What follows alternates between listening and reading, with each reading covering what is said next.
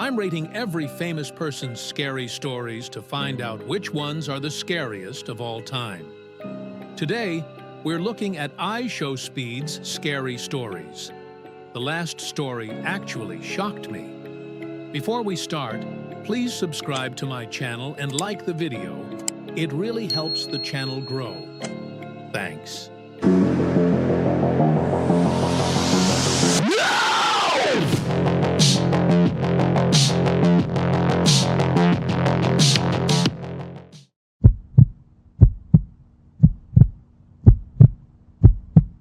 I've always been a bit of a loner, but my best friend, Alex, was the complete opposite. He was the life of the party and always had this infectious energy about him. Lately, though, something changed. It all started when he discovered this famous streamer named IShowspeed. I had heard of him. He was entertaining, loud, and pretty funny. But Alex took it to a whole new level. Every day, Alex would sit in front of his computer, glued to IShowspeed's streams for hours. I'd walk in on him, and he would be laughing hysterically or jumping out of his seat, imitating every single move the guy made. At first, it was all in good fun. I would chuckle and joke about how he should get a job as a body double or something. But as the days turned into weeks, I began to notice changes in him. His laughter turned into anger, and his excitement into obsession. He started dressing like IShowspeed, using phrases he picked up from the streams, and even tried to replicate the way IShowspeed interacted with his fans. It was unsettling.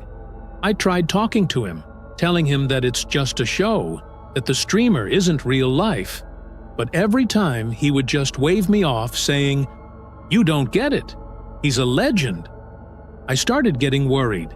It was as if Alex was losing himself to this online persona. I noticed he stopped going out, stopped hanging with friends, and it was just him and the screen. He became increasingly isolated. Whenever I'd visit, I'd find him in the same spot, eyes glued to the stream, cheering and shouting like it was a live sports game.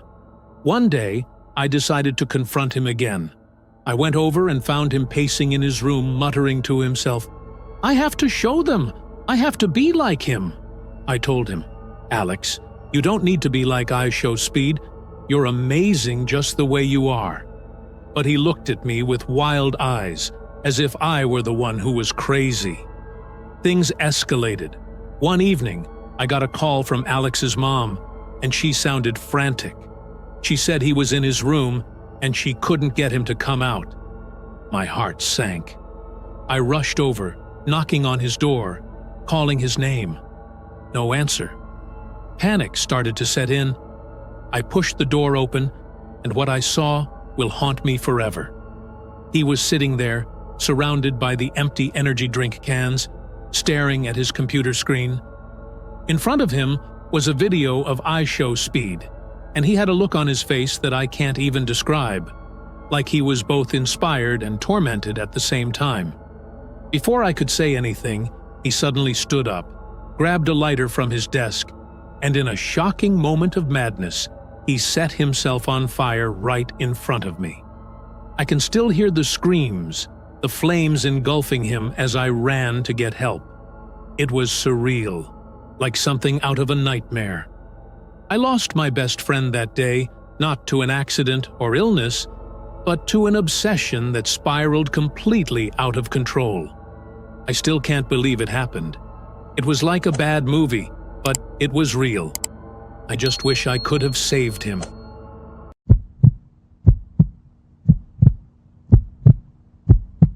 I used to think I was funny, leaving bad comments on famous people's posts. It made me feel powerful, like I had some control over their lives. I especially loved targeting IShowspeed. His success grated on me. I mean, who did he think he was, being all happy and popular? One night, I was scrolling through his page, and I couldn't hold back. I typed out a nasty comment, something about him and his skin color, just to get a rise out of him. I felt a rush of satisfaction as I hit send. But then, something unexpected happened. I got a reply. It wasn't from IShowspeed, but from one of his fans, a guy named Tyler. Tyler was polite, almost too nice, saying that everyone should respect each other and that my comments were hurtful. I couldn't believe it. Who was this guy to tell me how to act? I fired back with more insults, feeling even angrier. Days went by, and I kept leaving more comments, fueled by jealousy and hatred. But Tyler kept responding, trying to reason with me. I started to feel like I was in some twisted game. It was frustrating. I wanted to make him upset, but he just kept being kind. Then one night, I went out to grab a drink, trying to shake off the annoyance. As I walked home, I noticed someone following me. I turned to see Tyler, looking serious. My heart raced. I thought maybe he wanted to confront me about my comments. "Why are you following me?" I asked, trying to sound tough. "You need to stop," he said, his voice low. "You think it's just online, but words hurt people. You don't know what you're doing." I laughed, but deep down, I felt a twinge of fear. Tyler wasn't just a random fan anymore. He was right in front of me, and he looked furious. "Just leave me alone," I said, backing away. But he stepped closer, eyes locked onto mine. "You think you can hide behind your keyboard and say whatever you want? That's not how it works. You're going to learn respect one way or another." Before I could react, he lunged at me. I was caught off guard, and he shoved me hard against a wall. The world spun around me. I could feel his breath on my face, filled with rage. "You'll be hidden from the world if this doesn't stop," he whispered. And then he let go. I stumbled back, heart pounding. Tyler walked away, leaving me shaken and breathless. That night, I deleted my comments and thought about what had just happened. I never wanted to be that person again, but now I was terrified that my online behavior had consequences I couldn't control. From that day on, I stayed silent. I didn't want to be found, and I sure didn't want to face the wrath of someone like Tyler again.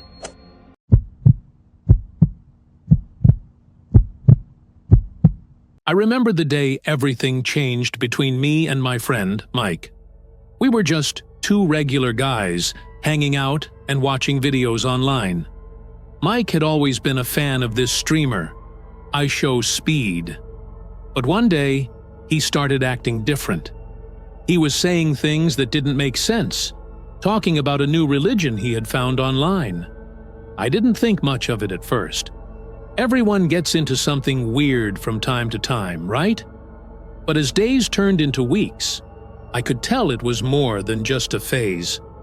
Mike was obsessed. He told me he had discovered a cult on the dark web that believed IShowspeed was a god. At first, I thought it was a joke.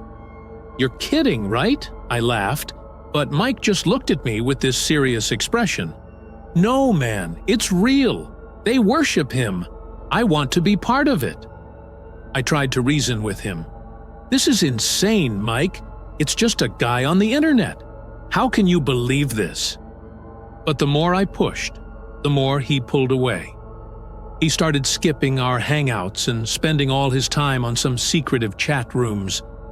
I felt helpless watching him slip away. He was becoming a shadow of his former self, lost in this strange world. Then one night, Mike called me. His voice was shaky. "You have to join me, man. It's the only way to be saved." I could hear the desperation in his voice. "They have tasks for us to prove our devotion. You'll see. It's amazing." I wanted to help him, but I knew I couldn't dive into whatever madness he was in.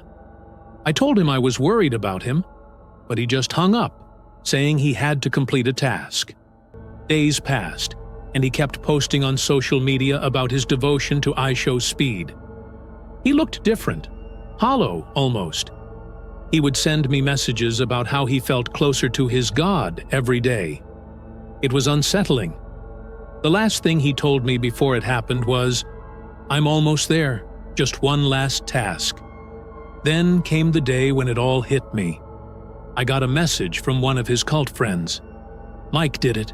He sacrificed himself. I was stunned, reading those words over and over. My heart raced. What did that mean? I called him, but it went straight to voicemail. Finally, I found a post in the group. It said Mike had followed through with a ritual, something about proving his faith.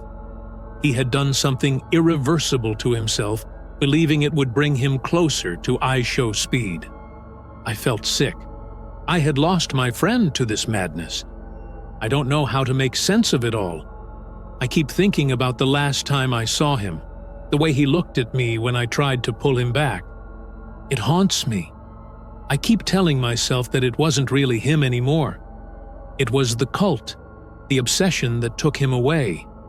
But that doesn't change the fact that he's gone, and I'll never get to share another laugh with him again. In the end, I give the IShowspeed scary stories 7 out of 10. Whether you believe these stories or not is up to you. I've simply collected these stories, turned them into videos, and rated them to find the best ones. Before you close the video, please subscribe to my channel and like the video. This really helps the channel grow.